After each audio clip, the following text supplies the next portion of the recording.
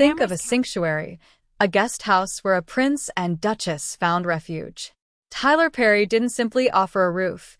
He lent his name, his reputation, and his unwavering loyalty. Meghan openly called him protector and godfather to Lilith. What you can see. But I found it really interesting to watch sort of her interaction with Tyler Perry on the red carpet because he seemed, I wouldn't Celebrity life. But when gratitude meets headline risk, loyalty can become liability. A simple public thank you can quickly turn into a legal and reputational flashpoint.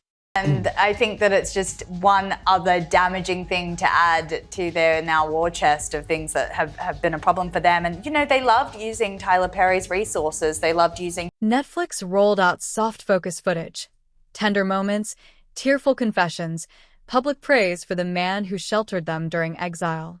For a time, the Perry-Sussex bond fit the newly crafted narrative, post-royal independence, chosen family, creative refuge from palace pressure. It was polished, strategic, and emotionally engineered to win hearts. Yet narrative control is fragile. One allegation, one filing, can invert the entire story overnight, and suddenly the man who once sheltered them is portrayed as the headline risk. Times article, actually, that you talk about, Brittany. So this is how the Daily Mail, of course, wrote it up. Out of nowhere, a lawsuit landed, and the headlines flipped.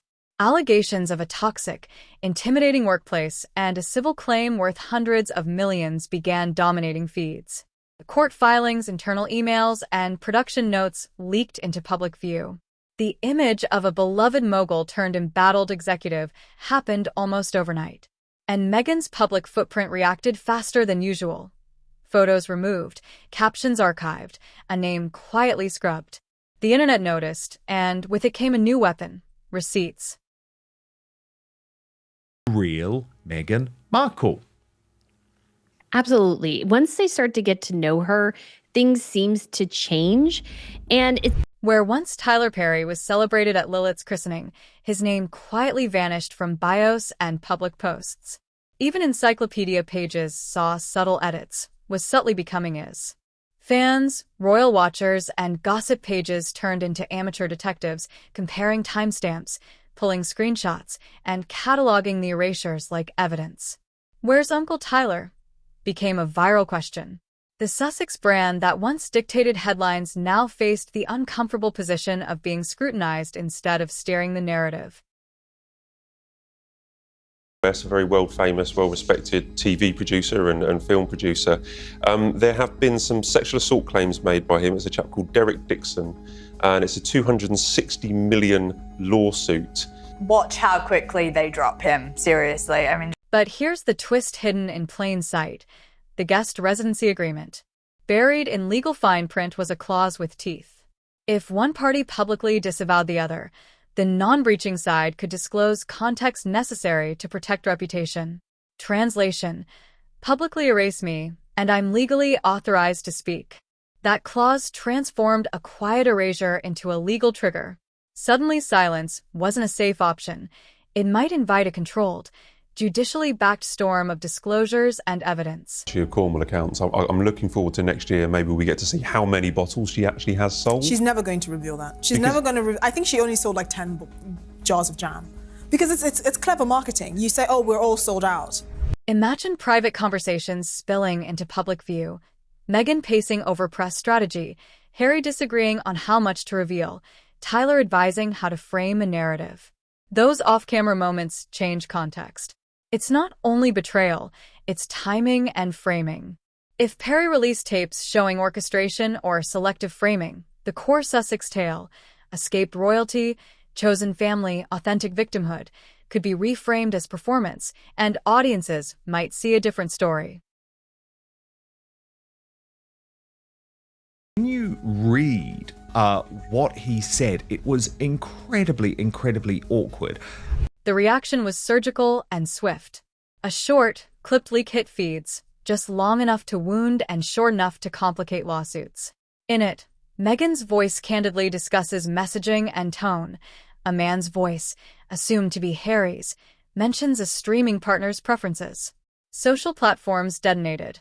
Hashtags trended, pundits dissected every pause, and thousands shared screenshots. For many viewers, the clip suggested calculated curation rather than raw authenticity and alarmed fans. Brands felt the tremors before the public fully processed things. Skincare collaborations paused, wine partnerships went dark, brand managers quietly initiated legal and reputation audits. Influencer teams were told to delay planned content. Marketers reassessed timelines and contingencies. Meanwhile, Tyler's silence read like strategy rather than retreat. His legal and production teams reportedly consulted executives, plotting whether to monetize the archive or leverage it to reclaim a reputation erased in public. Let's unpack what those potential disclosures would actually mean. Meghan and Harry built a global narrative of liberation, truth-telling, and starting anew, a story that resonated with millions who saw fresh hope in their freedom. But paper trails, raw audio, and buildings uncut is footage as if don't someone conform wants to tidy up. erase. They While revealed we're drafts, celebrating edits, 25 off-camera years. rehearsals, and moments where messaging was debated or refined. If Tyler Perry were to present annotated notes, recorded planning sessions, or behind-the-scenes audio, the public would see the messy, iterative process of crafting a narrative, the parts that never made the final cut. That context changes how audiences interpret public testimonies Appearances, and media even a moments. Netflix follow-up A of line his that own if he sounded wanted to, spontaneous on with camera receipts. might read as On carefully one of the polished filmmakers- when paired with drafts and timestamps. In short, what felt like authenticity might look, to some, more like production, and that perception can be devastating for a brand that sells sincerity. Then there's the legal theater, and that small contractual clause that changes the entire script. Confidentiality agreements are not monoliths. Many include carve-outs permitting disclosure under specific conditions, particularly if one party publicly repudiates or erases the other. In plain terms, if Meghan or Harry publicly scrubbed Tyler from bios, posts, or interviews, a well-drafted clause could legally justify releasing contextual materials to defend a reputation. That doesn't equate to unlimited revenge. Courts still police defamatory disclosures, but it allows a non-breaching party more latitude to contextualize their role and rebut erasure.